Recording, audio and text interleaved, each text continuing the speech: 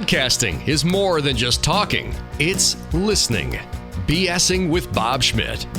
Founder of Martin & Martin LLP, one of the largest female-owned African-American law firms in L.A., a sought-after expert on shows like The Doctors, Anderson Cooper, and The Dr. Phil Show, creator of Special Needs Network Incorporated, a nonprofit benefiting special needs kids and their parents, and author of the brand new book, Make It Rain, How to Use the Media to Revolutionize Your Business and Brand. Areva Martin, welcome to the program. Thanks for BSing with Bob. Thanks, Bob. We're talking about growing your power, your influence, and monetizing your brand. And when people think about making it rain, they think about adding something, enhancing something, creating value. So the name of the book was chosen because the book is really about how you create value in your life. And for different people, it will mean different things. For a nonprofit leader, that could mean growing their donations and their sponsorships so that they can serve more people. For an entrepreneur, it may mean, expanding their brand, reaching more people. For a mother that's on a PTA board, it may mean getting her message heard, connecting with more parents. This is all about how people find the people who their message resonates with, how they connect with those people, and how they grow and expand their audiences. So after I read through your resume, those three things that I mentioned, and then the author, how do you find time to write a book about this such a big topic with you being so busy? Well, there's the old saying that when you love what you're doing, it's not work. And for me, Bob, I was always taught if you're lucky enough to learn something, if someone pours something into your life, then you have an obligation to share it, to give back, to help others. So I've been working in this realm of media for the last decade. I've been working on branding and building my platform since I graduated from law school. So my first published book with a major publisher was called The Everyday Advocate. And that book was my opportunity to share what I learned as an autism mom, as an autism advocate, as a special rights and special needs attorney. So I think my whole life has been about learning new stuff and then sharing it with others. So for me, it's not work. It's what I love to do. So you make time for it. Areva, how do you set yourself apart from everybody else then? How do I set myself apart? Yeah, how do we as readers of your book, how do we learn to set ourselves apart from, every other person that happens to be trying to do the same thing that we're doing? Well, I talk a lot about that, and the book starts off with that very concept of how do you identify your own individual, unique, and authentic brand. And I think the first thing you'll learn, Bob, is there are not as many people as you may think who are actively working on defining their brand. So there may be thousands of lawyers and thousands of doctors and thousands of insurance salespeople, but you'd be surprised at how few of those professionals are actively working on, clear brand identification and amplifying their message. So I would submit to you, it's not as big of a challenge, it's not as insurmountable as it may seem. And you probably, if you follow the principles in my book, you're going to be in a pretty exclusive and elite group of people who are actually living out their brand. And Forbes did a study on this, and I cite that study in the book about how many people say they are clear on their brand and that they're living their brand, but in actuality, how few people are. So I start with that premise. That actually brings up a good question because I think a lot of people don't know what their brand truly is. For me, I'm thinking podcaster, broadcaster, father, and that kind of stops right there and dangles for a minute. How do you focus that brand in on being the you that you want to be and being the you that's going to make you some money? Well, I would say to you that all of those titles you just gave yourself, they're great descriptions, and kudos to you for being a father and for being an entrepreneur who started your own podcast. Those are great ways to start thinking about your brand, but they're probably too generic. And if you said I'm a podcaster, that doesn't really tell me a whole lot about you.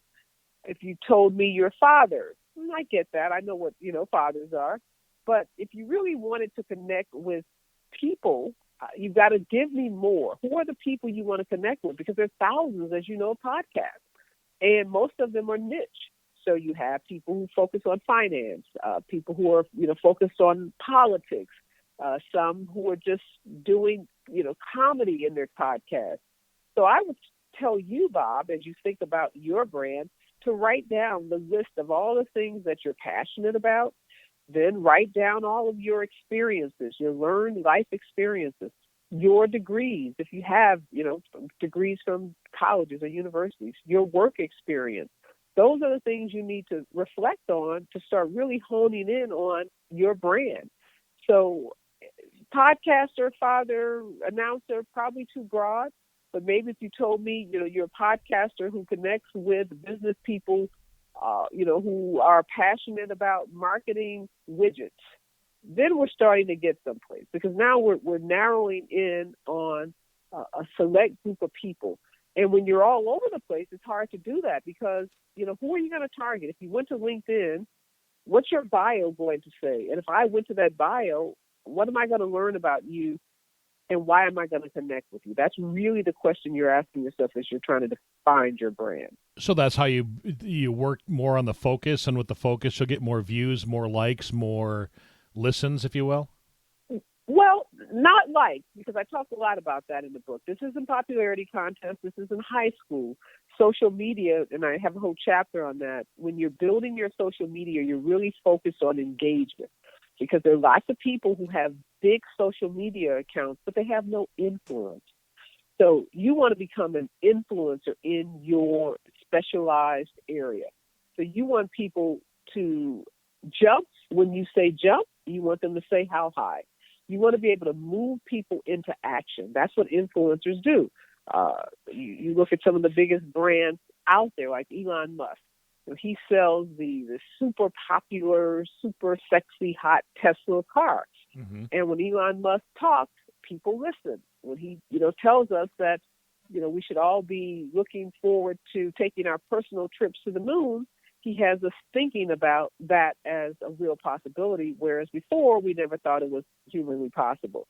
So influencers have that ability to, cause people to jump into action. And that doesn't happen just by the people that go to your social accounts and like what you say. That's, getting engaged followers that really trust you, that believe what you say. That's a process. It's easy to do, but it is work. There is work involved in that, and that happens over time as you have a clearly identified brand. Areva, is it possible for average Joe like myself to influence the influencer? Oh, absolutely, it's possible for you to become an influencer. Now, who you influence, it has a lot to do, again, with who's in your niche. Who are your people? What I talk about in the book is you have to find your people. Who are the people that are interested in what you have to deliver? What's your product? What's your service? What are you putting out into the universe? If I were to go to you, or again, I keep referencing your LinkedIn account, and looked at the content that you publish to that account, what will I find? Are they articles about cars? Are they travel to Europe? What is the content that you're putting out in the universe? Because that's going to attract your followers. Those are the people that are going to follow you because they have an interest in the content that you're putting out. One of the things that I liked about your book is that you talk about getting over the mindset of bigger isn't always better. But I think that most entrepreneurs and most business people don't see things that way. They have the, bigger is better, bigger is the best. How do people get over that hurdle of thinking that, well, I'm only second best, I'm not the best? How do you break free from that negative thought there? Well, let me be clear. In the book, I don't say that you want to be the best, but the best in your market that makes sense. And when I talk about bigger isn't always better in the book, I'm talking about, again, finding your people. If you own a restaurant on Larchmont Boulevard in a community called Hancock Park in a big city like Los Angeles, and you're trying to find your people are the families that live in Hancock Park, because they're the people who are most likely to come to your restaurant not one time as a tourist, but they're the people, regular patrons of your restaurant. You're going to make your money. You're going to build that restaurant on the people who live in the community that are going to come to that restaurant on a regular basis. So if you're looking to get the message out about that restaurant? Does it make sense for you to be in Iowa talking to groups of people about your restaurant on Larchmont Boulevard in Hancock Park in Los Angeles, California? I would say not. I would say that's a huge waste of your time, waste of your money, waste of your energy. You're off market, you're off brand. But if you have an opportunity to go speak at a community meeting of the residents that live in that Hancock Park community, that's where you want to be. That's where you want your branded material. That's where you want to do a cooking demonstration. That's where you want to bring samples from your restaurant, because those are your people. So that's the concept when I talk about bigger isn't always better. And sometimes people think, gee, I own a restaurant in this small community. I want to go on a national tour talking about my restaurant. I would say probably not. Maybe Bob from Iowa is going to visit Los Angeles once every 10 years and might stop in your restaurant. But you can't keep that restaurant open if you're depending on that occasional tourist to be your customers. So that's the think about, again, everything goes back to where are your people? Right. Not your brother's people, not your neighbor's people, but the people that matter most to your business and your brand. Then how does somebody dig down to that bottom line of who they are and who they should market to? Because you know as well as I do that people sometimes just throw things up against the wall and whatever sticks is like, okay, I'm going to go with that, but that might not be the thing. That might not be the, as you said, your audience that you should be going after. How does a business person whittle down to find out the exact people or the exact person that they should talk with? Well, a lot of it's going to be trial and error, but a lot of it's going to be pretty common sense. Again, I go back to my restaurant. When you're doing your business plan is going to look at, the demographics. Your business plan is going to look at your prospective customers. You're going to be thinking about who are the people that are most likely to frequent my business. Again, as a lawyer, I'm practiced law in the state of California. I don't have a license in other states. Now, there's some special ways that I can practice outside of the state of California. But for the most part, if I'm licensed to do anything, the place I want to find my customers, find my audience, is in that state where I'm licensed to practice. So some of this, I don't think it's as complicated as someone may think as they're setting out, to find their people. They go with what's natural. Where are you geographically? So we start with geographically. Let's look at the geography. Who are the people in your geographical region that you want to connect with? Then we look at the demographics. If you have a nightclub, are you likely to be targeting people over 60 to come to a nightclub? Probably not. The demographics probably say you want people 21 to 35. Right. Those are probably the most, they're the most avid nightclub goers. So there's a little market research that you have to do, but there's so many ways and there's so many channels. I mean, you do a quick Google search and you can probably get the answer to most of those questions just by doing a quick Google search. Do you find that most of the time you do a Google search, do you find the information you're looking for? I sometimes get stuck down rabbit holes that will take me Lord knows where, So much information. You definitely can be overwhelmed, but so much. That's what I love about this era that we live in. Gone are the days where you have to go to a library and comb through hundreds and hundreds of books to get to an answer. Now at our fingertips, there's so many websites, there's so many apps, there's so many places where we can find really good analytical information. People have done the work for us. Mm-hmm. We probably could find a report that shows us if you're opening a nightclub in this city, in this location, these are the people most likely to visit that nightclub. The analytics out there are that good. And that's fantastic. Speaking of analytics, I do want to ask about this, and I want to talk a little bit more about the book. Forget the old school media, chapter 8 in your book, because analytics are something that we all kind of peruse and study and think, oh, this, and this. What do you mean by the title of that chapter is to forget the old school media or old school social media? Well, old school media and social media. When you think about the word media, again, if you were born in the 60s, the 50s, 60s, 70s, I would say, you grew up in an era where media meant 3 or 4 television stations, ABC, NBC, CBS. That was it. And then Fox came along. That was media. That's what we thought of when we thought of media, when we thought of television. And then there was this explosion of cable stations. Now media is everything from social media streaming accounts like Snapchat, LinkedIn, Facebook. All of these social media sites are now a part of what's mainstream media. They produce shows. You can go to Facebook and watch a full-on news program and get your daily news from Facebook. You can get your daily news from LinkedIn. Most people, if you're highly tuned into what's happening in the country politically, you're probably on Twitter, and just your Twitter feed will give you every day, up to the minute, information about all things Washington, D.C., all things federal government you can get on your Twitter feed. So when I say forget old school media, forget what we learned or what we were indoctrinated with in terms of what the media was and who was a part of the media. There's so many channels now, internet sites, web-based programs. YouTube has more viewers probably combined than ABC, NBC, and CBS on any given day. There are more people watching content, original content on YouTube.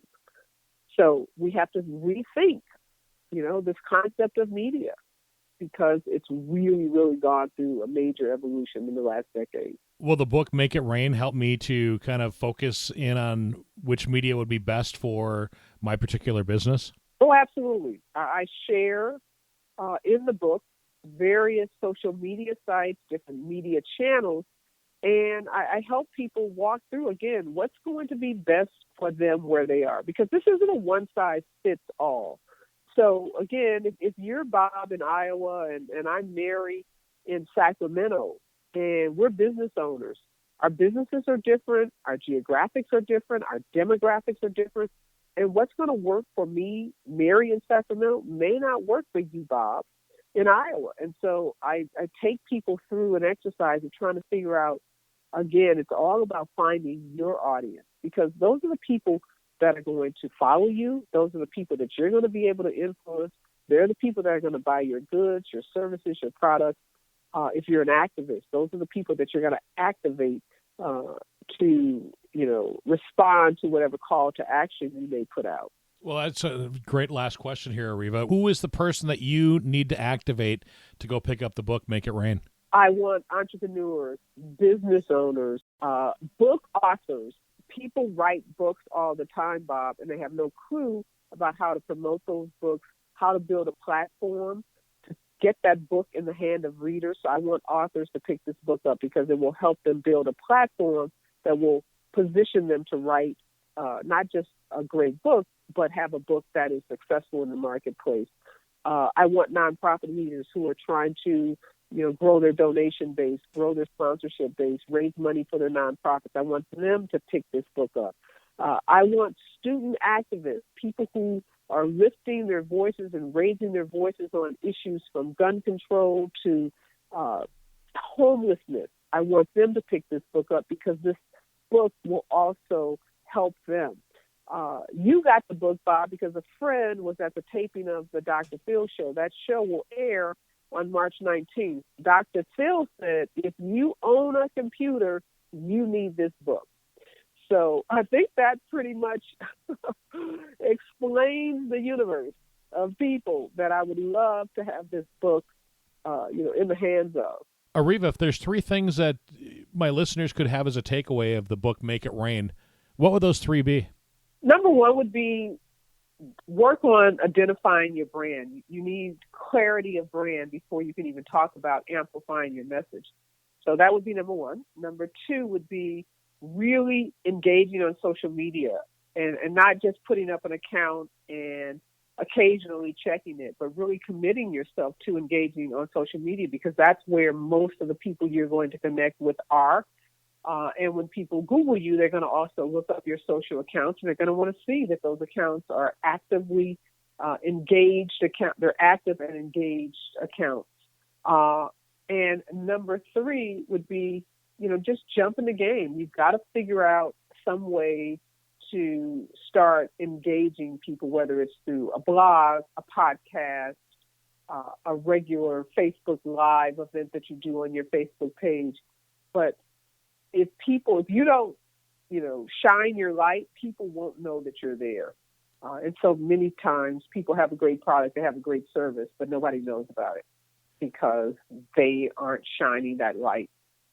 So those would be the 3 takeaways I would give people. Well, I know there's 3 things that I need to work on for myself with the BS with Bob podcast. We can all use a little nudge, which is, why I wrote this book, is to help kind of nudge people. A lot of people have been nudging me, so my pleasure to nudge other folks along the way. The book is called Make It Rain, How to Use the Media to Revolutionize Your Business and Brand. Areva Martin, the author of the book. How do we find your book, and how do we find out more about you, Areva? Great question, Bob. You can go to my website, newly designed, arevamartin.com. You'll be able to pick it up. You'll be able to download it as a ebook, as an Audible book. I'm encouraging people, pick it up, read it, go to Amazon, write me a review. On my website, I also have a blog spot called The Download. If you're a blogger and you want to get your message out to people, I take guest submissions. That's another great way to, connect with your people and to promote your product and services, is to do blogging. So I created a portal on my site where not only do I blog, but I also invite guest bloggers. So they'll find all that information on my website, arevamartin.com.